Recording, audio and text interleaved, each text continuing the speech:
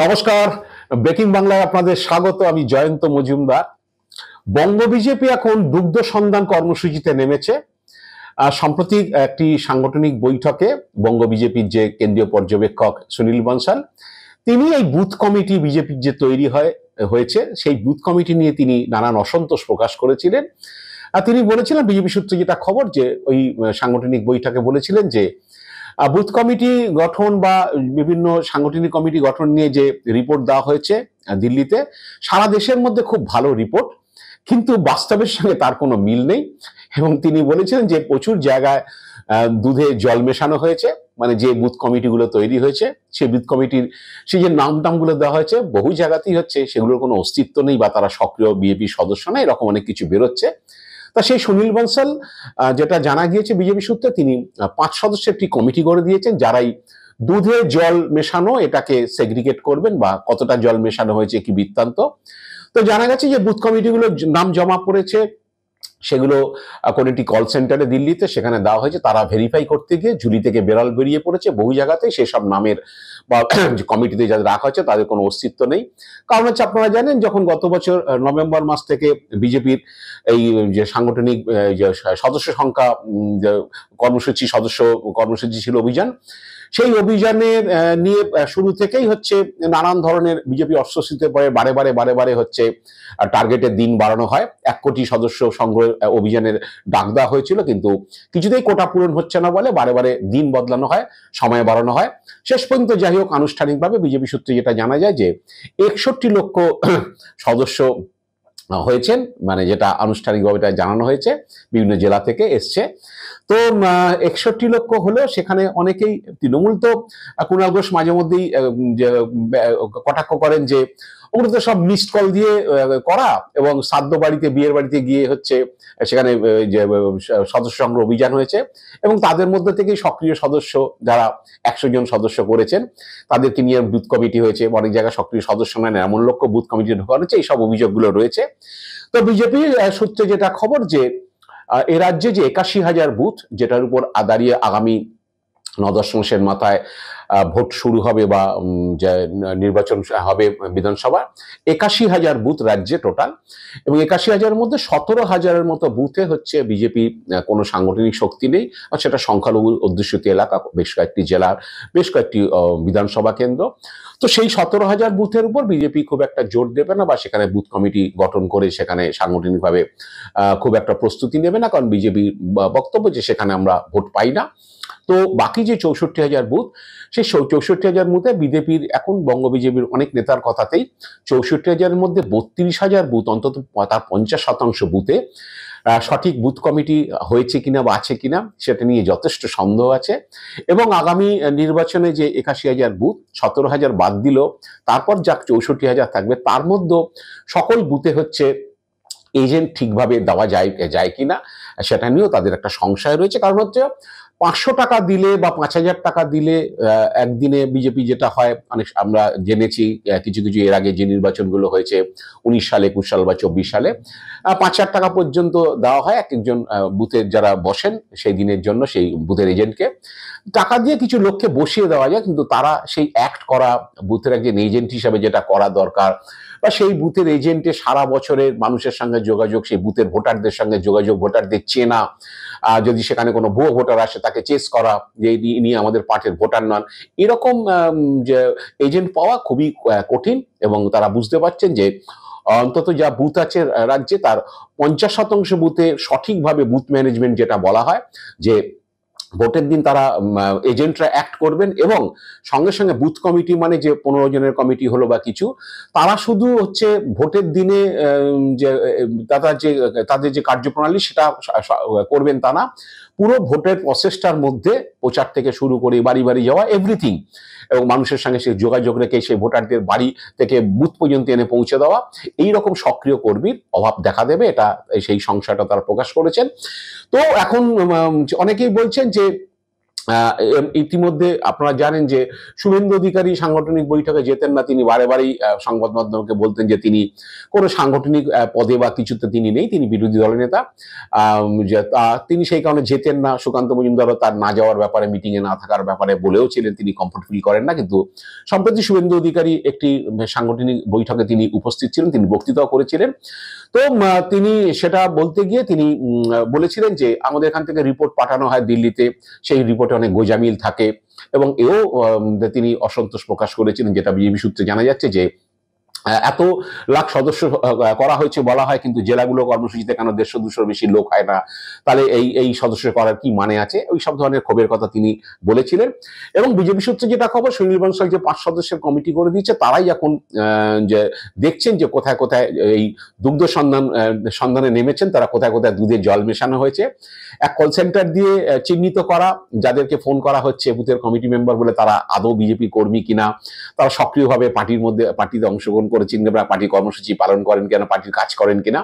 পাশাপাশি এই 5 সদস্য কমিটি যে কোনো বুথ এলাকাতে তারা যেতে পারেন, গিয়ে সেই বুথ এলাকাতে কি পরিস্থিতি, সেখানে পার্টির লোকজন কিভাবে ফাংশন করছেন না করছেন, এগুলো তারা দেখতে পারেন, দেখে তারা রিপোর্ট দিতে পারেন, এবং তারা বলতে পারেন যে আসলে হচ্ছে সব এগুলো ভস্কা, এগুলো কোনো অস্তিত্ব নেই এসব বুথ কমিটির।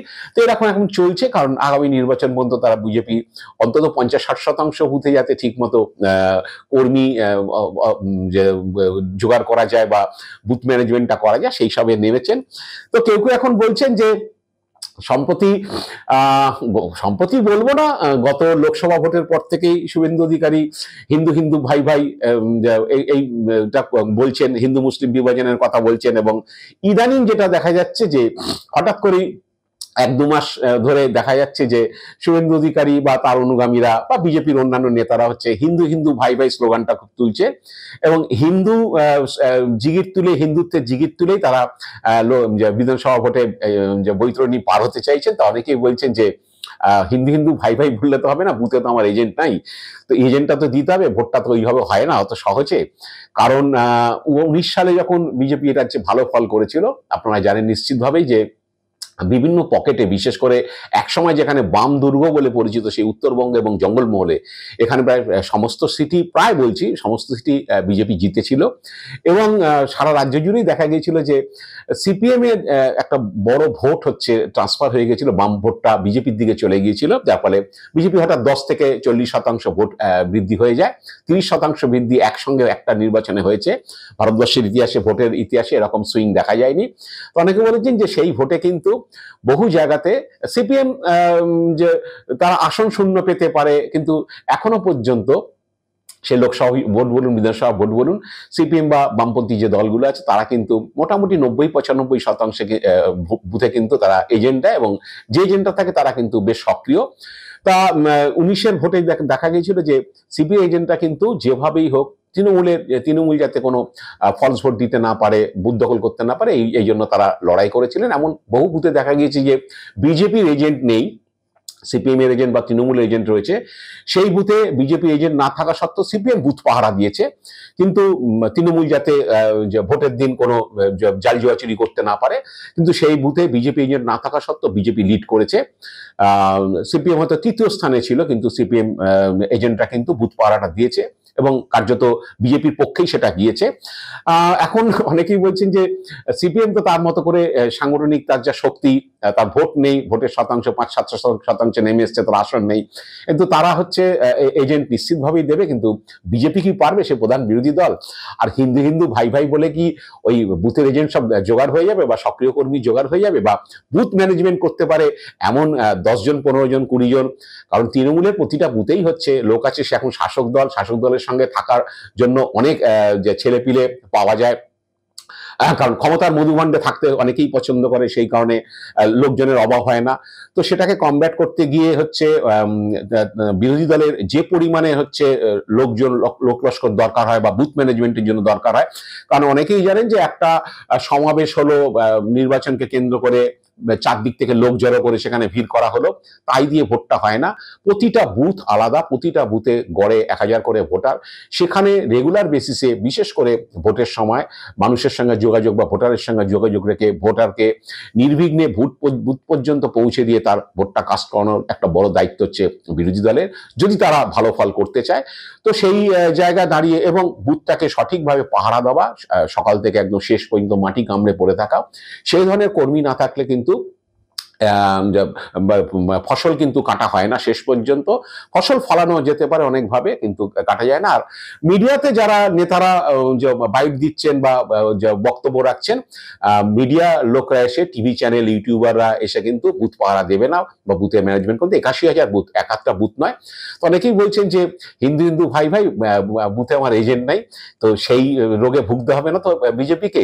বা এখন যে দুগ্ধ সন্ধান অভিযান কর্মসূচি চলছে, সেখানে এই সুনীল বনসলের করে দেওয়া যে কমিটি, সেই কমিটি কত দুধে জল তারা বার করবে, জল কত বার করবে আর দুধটাকে কত আলাদা করে নিতে পারবে, সেটা নিয়েও অনেক সংশয় আছে। কারণ এত হাজার বুথ, কত জায়গাতে তারা যাবেন বা কত জায়গা তারা ফিজিক্যালি ভিজিট করতে পারবেন বা কল সেন্টার দিয়ে কত এই দুধে জল চিহ্নিত করবেন, সে নিয়েও সংশয় আছে।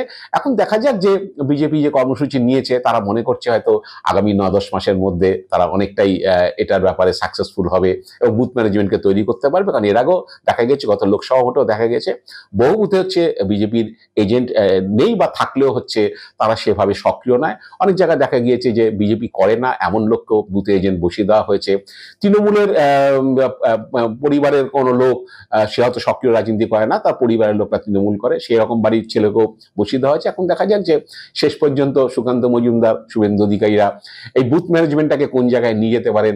তৃণমূলকে সঙ্গে লড়াই করতে গেলে, তৃণমূলকে কমব্যাট করতে গেলে ভোটের দিন বিশেষ করে বা ভোটের আগে থেকে, অন্তত মাসখানেক মাস দুয়েক আগে থেকে কাঠে কপাটে লড়াই দিতে গেলে যে বুথ ম্যানেজমেন্ট দরকার, সেই বুথ ম্যানেজমেন্ট তারা করে উঠতে পারে কিনা, এটা আমরা অপেক্ষা করব। আগামী দিনে ফলাফলই তাই বলবে। আজ এ পর্যন্তই। আপনারা ভালো থাকবেন, সুস্থ থাকবেন। নমস্কার।